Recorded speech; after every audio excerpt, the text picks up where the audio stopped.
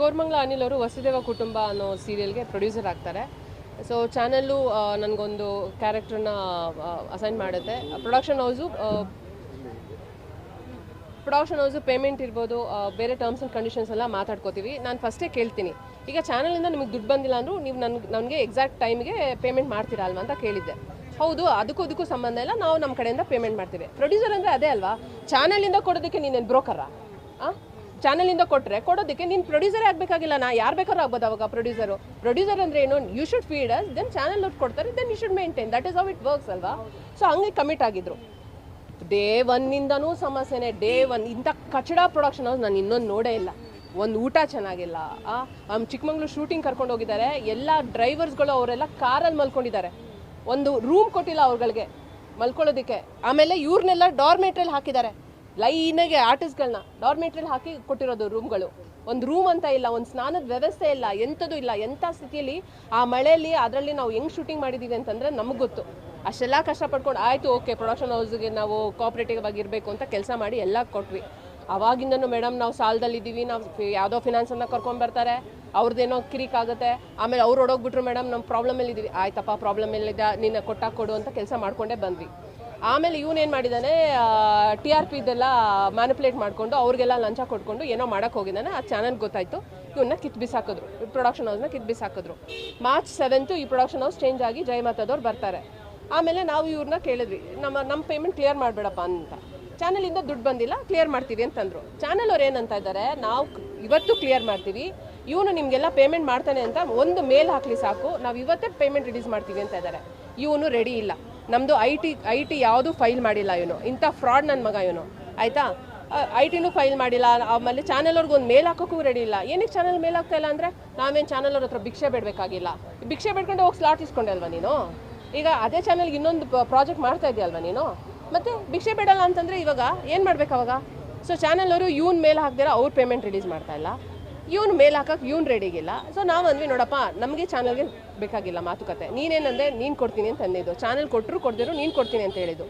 ನಾವು ಎಷ್ಟು ಪೇಷನ್ಸಿಂದ ಕಾಲ್ ಮಾಡಿದ್ದೀವಿ, ಮೆಸೇಜ್ ಹಾಕಿದ್ದೀವಿ, ಆಯಿತು ನೀನು ಯಾವಾಗ ಕೊಡ್ತೀಯ ಅಂತ ಕಮಿಟ್ ಆಗು, ಒಂದು ಪೋಸ್ಟ್ ಡೇಟೆಡ್ ಚೆಕ್ ಕೊಡು, ಎಲ್ಲ ಕೇಳಿದ್ದೀವಿ. ಪೋಸ್ಟ್ ಡೇಟೆಡ್ ಚೆಕ್ ಕೊಡೋಕೆ ರೆಡಿ ಇಲ್ಲ, ಒಂದು ರೈಟಿಂಗಲ್ಲಿ ಕೊಡೋಕೆ ರೆಡಿಗಿಲ್ಲ, ಯಾವತ್ತು ಕೊಡ್ತೀನಿ ಅಂತ ರೈಟಿಂಗಲ್ಲಿ ಕೊಡೋಕೆ ರೆಡಿಗಿಲ್ಲ. ದುಡ್ಡು ಕೇಳಕ್ಕೆ ಹೋಗಿದ ತಕ್ಷಣ ಏನಂತಾನೆ, ರೌಡಿಸಮ್ ಮಾಡೋಕ್ಕೆ ಬಂದಿದ್ದೀರಾ.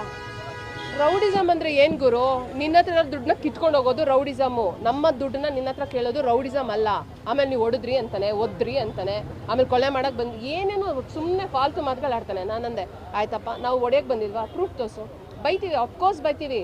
ಈಗ ನಮ್ಮನೆ ಮುಂದೆ ಬಂದು ಬೇರೆಯವರೆಲ್ಲ ನಮಗೆ ಬೈತಾ ಇದ್ದಾರೆ, ನಾವು ಕೊಡಬೇಕಾಗಿರೋ ದುಡ್ಡನ್ನ. ಒಂದು ತಿಂಗಳು ಮನೆ ಬಾಡಿಗೆ ಕೊಟ್ಟಿಲ್ಲ ಅಂದರೆ ಓನರ್ ಬೈತಾನೆ, ಒಂದು ತಿಂಗಳು EMI ಕಟ್ಟಿಲ್ಲ ಅಂತಂದರೆ ಬ್ಯಾಂಕ್ ಅವ್ರು ಬಂದು ಮನೆ ಮುಂದೆ ಉಗಿದ್ಬಿಟ್ಟು ಹೋಗ್ತಾರೆ. ಅದೆಲ್ಲ ನಮ್ಗೆ ಅವಮಾನ ಅಲ್ವಾ. ಇವನೊಬ್ಬನಿಗೆ ನಮ್ಮ ಮಾನ ಮರ್ಯಾದಿರೋದು. ನೀವು ಬಂದು ಕೇಳ್ಬಿಟ್ರಿ ಎಲ್ಲರ ಮುಂದೆ, ನಾನು ಮಾನ ಮರ್ಯಾದೆನೆಲ್ಲ ನಾನು ತೆಗೆದ್ಬಿಟ್ರಿ. ಇವ್ನಿಗೆ ಇದ್ರೆ ತಾನೇ ಅಲ್ಲಿ ಮಾನ ಮರ್ಯಾದೆ ತೆಗಿಯೋಕ್ಕೆ, ಹೋಗಿರೋ ಮಾನ ಮರ್ಯಾದೆ ನೀನೇನು ತಕ್ಕೊಂತಾನೆ. ಅಷ್ಟು ಮಾನ ಮರ್ಯಾದೆ ಇರೋನಾಗಿದ್ರೆ ಏನು ಹೇಳಬೇಕಿತ್ತು, ಫಸ್ಟ್ ಡೇ ನಾವು ಬಂದಾಗಲೇ, ನೋಡಿ ಮೇಡಮ್ ಗಲಾಟೆ ಮಾಡಬೇಡಿ, ನಿಮ್ಮ ಪೇಮೆಂಟ್ ನಿಮ್ಗೆ ಎಷ್ಟಾಗುತ್ತೋ ಅಷ್ಟು ಕೊಡ್ತೀನಿ ಅಂತ ಕಮಿಟ್ ಆಗಬೇಕಾಗಿತ್ತು. Is not ready to commit for anything. ಆಮೇಲೆ ನಾನಂದೆ ಪೇಮೆಂಟ್ ಬರ್ದಿರಾ ನಾನು ವರ್ಕ್ ಮಾಡಲ್ಲ ಅಂತಂದೆ. ಆ ಪ್ರೆಷರ್ಗಾದರೂ ದುಡ್ಡು ಹಾಕ್ತಾರೇನೋ ಅಂತ ರೀಪ್ಲೇಸ್ ಮಾಡಿಕೊಂಡ್ರು ನಮ್ಮನ್ನು. ಈಗ ನಂಗೆ ಪ್ರಾಜೆಕ್ಟು ಹೋಯ್ತು, ಈ ಕಡೆ ಪೇಮೆಂಟು ಇಲ್ಲ. ಆಮೇಲೆ ನಮಗೆ ಇನ್ಸ್ಟಾಗ್ರಾಮಲ್ಲಿ ಕಮೆಂಟ್ಸು, ಇವ್ರು ಯಾವುದ್ರಲ್ಲೂ ಸ್ಟಿಕ್ ಆನ್ ಆಗಲ್ಲ, ಇವ್ರು ಎಲ್ಲ ಬಿಟ್ಬಿಟ್ಟು ಬೇರೆದು ಬಂದರೆ ಓಡೋಗ್ಬಿಡ್ತಾರೆ ಅಂತ. ಏನ್ರಿ ಗೊತ್ತು ನಿಮಗೆ ನಮ್ಮ ಪರಿಸ್ಥಿತಿ. ಅವ್ರು ಆಗ್ತಾಯಿದ್ವಿ ಊಟ ಗೊತ್ತಾಯಿದ್ರಿ ಹೆಂಗಿರ್ತಿತ್ತು ಅಂತ.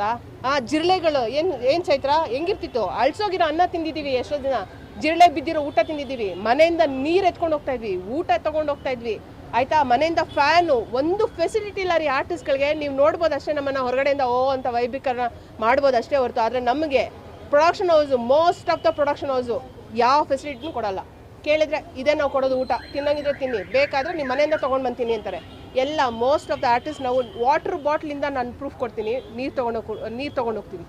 ಒಂದು ವಾಶ್ರೂಮ್ ಕರೆಕ್ಟಾಗಿ ಕೊಡೋಲ್ಲ ಗೊತ್ತಾ ನಮಗೆ, ಒಂದು ವಾಶ್ರೂಮ್ ನಮಗೆ ಕರೆಕ್ಟಾಗಿ ಕೊಡೋಲ್ಲ. ಇಲ್ಲಾಂದರೆ ನಮ್ಮ ಹೆಲ್ತ್ ಇಶ್ಯೂಸ್ ಆದರೂ ಇವ್ರಿಗೆ ಬಂದು ನಾವು ಕೆಲಸ ಮಾಡಿಕೊಡ್ಬೇಕು, ಒಂದು ವಾಶ್ರೂಮ್ ಕರೆಕ್ಟಾಗಿ ಕೊಡೋದಿಲ್ಲ. ರೀಸೆಂಟಾಗಿ ಎಲ್ಲ ಆರ್ಟಿಸ್ಟು ವಾಶ್ರೂಮ್ ಇಲ್ದಿರ ಹೇಳಬಾರ್ದು, ಬೈಲ್ ಕಡೆ ಹೋಗ್ಬಿಟ್ಟು ವಾಶ್ರೂಮ್ ಯೂಸ್ ಮಾಡ್ಕೊಂಡು ಬಂದಿದ್ದೀವಿ ಹೆಣ್ಮಕ್ಳು, ಗೊತ್ತಾ. ಈ ಥರ ಪರಿಸ್ಥಿತಿಯಲ್ಲಿ ನಾವು ಕೆಲಸ ಮಾಡ್ತಾ ಇದ್ದೀವಿ.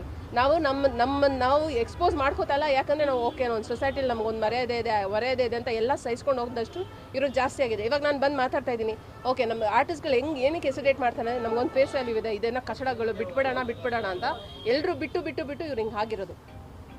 ಒಂದು ಊಟ ನೆಟ್ಟಿಗೆ ಕೊಡಲ್ಲ, ಏನು ಕೊಡಲ್ಲ. ನೀವು ಹೇಳ್ತೀರಾ ರೀಪ್ಲೇಸ್ ಮಾಡಿ, ನೀವು ಬಿಟ್ಬಿಟ್ಟು ಹೋಗ್ತೀರಾ ಅಂತ. ನಿಮಗೆ ಗೊತ್ತಾ ಆ್ಯಕ್ಚುಲ್ ರೀಸನ್ ಏನಂತ ನಿಮಗೆ ಗೊತ್ತಿದ್ಯಾ? ನಾವು ಎಷ್ಟು ಕಷ್ಟಪಡ್ತೀವಿ. ನಮಗೆ ಇವಾಗ ಯಾರೋ ಒಬ್ರು ಪ್ರಾಜೆಕ್ಟ್ ಕೊಡ್ತಾರೆ, ದುಡ್ಡು ಕೊಡ್ತಾರೆ ಅಂದರೆ ನಾವು ಏನಕ್ಕೆ ಬಿಟ್ಟು ಹೋಗ್ತೀವಿ? ಅಲ್ಲಿ ಪ್ರಾಬ್ಲಮ್ ಇದೆ ಅಂತ ಬಿಟ್ಟು ಹೋಗೋದು. ಸೊ ದಯವಿಟ್ಟು ಕಮೆಂಟ್ಸ್ ಹಾಕೋರು ದಯವಿಟ್ಟು ನೋಡಿಕೊಂಡು ನಮ್ಮ ಪರಿಸ್ಥಿತಿ ನೋಡ್ಕೊಂಡು ಕಮೆಂಟ್ಸ್ ಹಾಕಿ. ಇವತ್ತಿಲ್ಲಿ ಬಂದು ನಾವು ಜಗಳ ಮಾಡ್ತಾ ಇದ್ದೀವಿ, ಅದು ಯಾರ್ಯಾರು ಕಮೆಂಟ್ಸ್ ಹಾಕಿದ್ದೀರಾ ದಯವಿಟ್ಟು ಬಂದು ನಮ್ಮ ದುಡ್ಡು ಕೊಡಿಸ್ಕೊಡಿ, ನೋಡೋಣ. ದುಡ್ಡು ಕೊಡಿಸ್ಕೊಡಿ.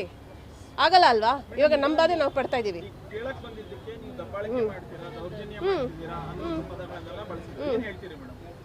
ನಾನು ಸಮಾಧಾನವಾಗಿ ಫಸ್ಟು ನಿನ್ನ ಜೊತೆ ನನ್ನ ಕತೆ ಸೆಟ್ಟಿಗೆ ಹೋಗಿದೆ. ಯಾಕಂದರೆ ಇವನು ಎಲ್ಲೂ ಸಿಕ್ಕಲ್ಲ, ತಲೆ ಮರೆಸ್ಕೊಂಡು ಓಡಾಡ್ತಾವನು ಇವನು. ಅದಕ್ಕೆ ನಾವು ಸೆಟ್ಟಿಗೆ ಹೋದ್ಬಿಟ್ಟು ಸೈಡಲ್ಲಿ ಟೇಬಲ್ ಹಾಕ್ಕೊಂಡೆ ಕೇಳಿದ್ದು, ಸರ್ ನೀವು ಯಾವಾಗ ಪೇಮೆಂಟ್ ಕೊಡ್ತಾರೆ ಸರ್ ಅಂತಲೇ ಯೂಸ್ ಮಾಡಿದ್ದೀನಿ. ನಮ್ಮ ಹತ್ರ ಆಡಿಯೋ ರೆಕಾರ್ಡ್ಸು ನಾವು ಮಾತಾಡಿರೋದು ಎಲ್ಲ ಇದೆ. ಸರ್ ಅಂತಲೇ ಅಡ್ರೆಸ್ ಮಾಡೇ ಕೇಳಿರೋದು. ಇವಾಗ ನನ್ನ ಹತ್ರ 1 ರೂಪಾಯಿನೂ ಇಲ್ಲ. ನಾವು ಕೊಡ್ತೀವಿ, ಯಾರಿಗೂ ಮೋಸ ಮಾಡಲ್ಲ. ಯಾವಾಗ ಕೊಡ್ತೀಯ ಗುರು? ಪೋಸ್ಟೆಡ್ ಚೆಕ್ ಕೊಡ್ತೀಯಾ? ಇಲ್ಲ. ಚಾನಲ್ಗೊಂದು ಮೇಲ್ ಹಾಕ್ತೀಯಾ? ಇಲ್ಲ. ಈ ಥರ ಎಲ್ಲ ಹೇಳಿದ್ಮೇಲೆ ನೀನು ಏನಪ್ಪ ನೀನು ಭಿಕ್ಷೆ ಆಗ್ತಾಯಿದೆ ಅಂತ ಜೋರು ಮಾಡಿ ಕೇಳಿದ್ದಕ್ಕೆ ಏನು ರೌಡಿಸಮ್ ಮಾಡ್ತಾಯಿದ್ದೀರಾ? ನೀವು ನನಗೆ ಹೊಡಿತೀರಾ, ನೀವು ನನಗೆ ಓದಿತೀರಾ ಅಂತಾರೆ. ಈಗ ನಾನು ಒಂದು ಪ್ರಶ್ನೆ ಕೇಳ್ತೀನಿ, ನಿಮ್ಗೆ ಯಾರಾದರೂ ದುಡ್ಡು ಕೊಡಬೇಕಾಗಿದ್ರೆ ನೀವು ಕೇಳಿ ಸಾಕಾದ್ಮೇಲೆ ಹೊಡಿತೀರೋ ಓದಿತೀರೋ ಏನು ಮಾಡ್ತೀರಾ ಹೇಳಿ? ನೀವು ಏನು ಮಾಡಬೇಕು ಇಂಥವನ್ನ? ಈಗ ಪೊಲೀಸರು ಕಳ್ಳನ ಕರ್ಕೊಂಬರ್ತಾರೆ, ಅಪ್ಪ ಕಳ್ತನ ಮಾಡಬೇಡ ಅಂತಾರೆ. ಅವ್ನು ಮತ್ತೆ ಕಳ್ತನ ಮಾಡ್ತಿದ್ರೆ ಬೂಟ್ ಕಲ್ಲಲ್ಲೇ ಓದಿಯೋದು ಅಲ್ವಾ? ಹಂಗೆ ಇವನಿಗೆ ಓದಿಲೇಬೇಕು. ಯಾಕೆ ಗೊತ್ತಾ, ನಾನು ಇವತ್ತು ಮಾತಾಡ್ತಾ ಇದ್ದೀನಿ. ಇವತ್ತು ನನಗೆ ದುಡ್ಡು ಬರುತ್ತೋ ಮುಂದಕ್ಕೆ ನನಗೆ ಗೊತ್ತಿಲ್ಲ. ಓಕೆ, ನಾನು ಲೀಗಲಾಗಿ ಹೋಗ್ತೀನಿ, ಕೇಸ್ ಹಾಕ್ತೀನಿ. I don't know what is the consequences. But ಇಂಥ ಪ್ರೊಡ್ಯೂಸರ್ಗಳು ಎಕ್ಸ್ಪೋಸ್ ಆಗಬೇಕು ಅಂತ ನಾನು ಬಂದಿರೋದು. ನಾನು ಎಲ್ಲ ಆರ್ಟಿಸ್ಟ್ ಪರವಾಗಿ ನಾನು ವಾಯ್ಸಾಗಿ ಮಾತಾಡ್ತಾ ಇದ್ದೀನಿ. ತುಂಬ ಜನ ಪ್ರೊಡ್ಯೂಸರ್ಗಳಿಗೆ ಏನು ಗೊತ್ತಾ, ಅಲ್ಲಿದ್ದಾರೆ ನೋಡಿ ಯೂನಿಟ್ ಅವರೆಲ್ಲ, ಯಾರಿಗೂ ಆಗಿಲ್ಲ ಪೇಮೆಂಟು. ಬನ್ನಿ ಮಾತಾಡಿ, ನೀವು ಬನ್ನಿ ಮಹೇಶ್.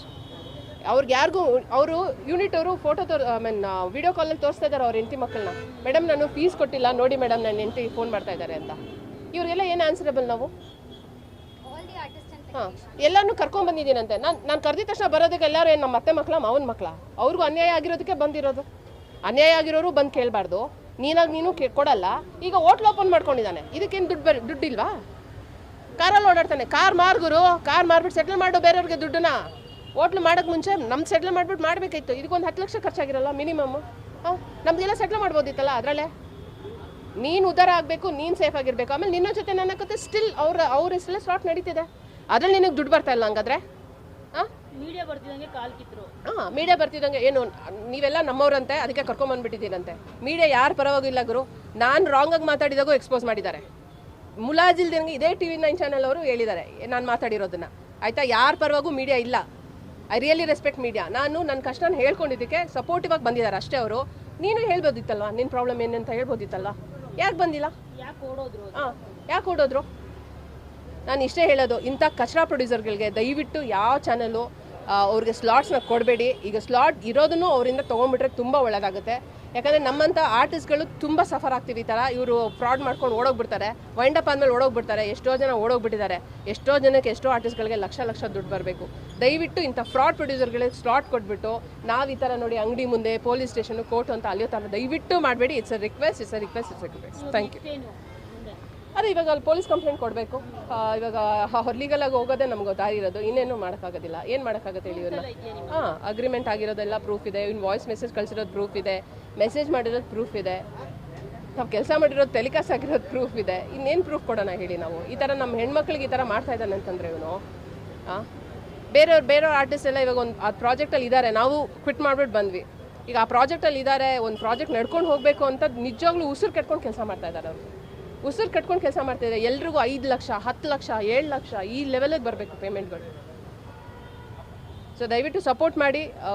ಇಂಥ ಪ್ರೊಡ್ಯೂಸರ್ ನಿಜವಾಗ್ಲೂ ಕೆರೆದಾಗ ತೊಗೊಂಡೋಗಿ ನಿಮ್ಗೆ ಎಷ್ಟು ಬರಬೇಕು? ನನಗೆ 3 lakhs ಬರಬೇಕು, ಇವಳು 4 lakhs ಬರಬೇಕು.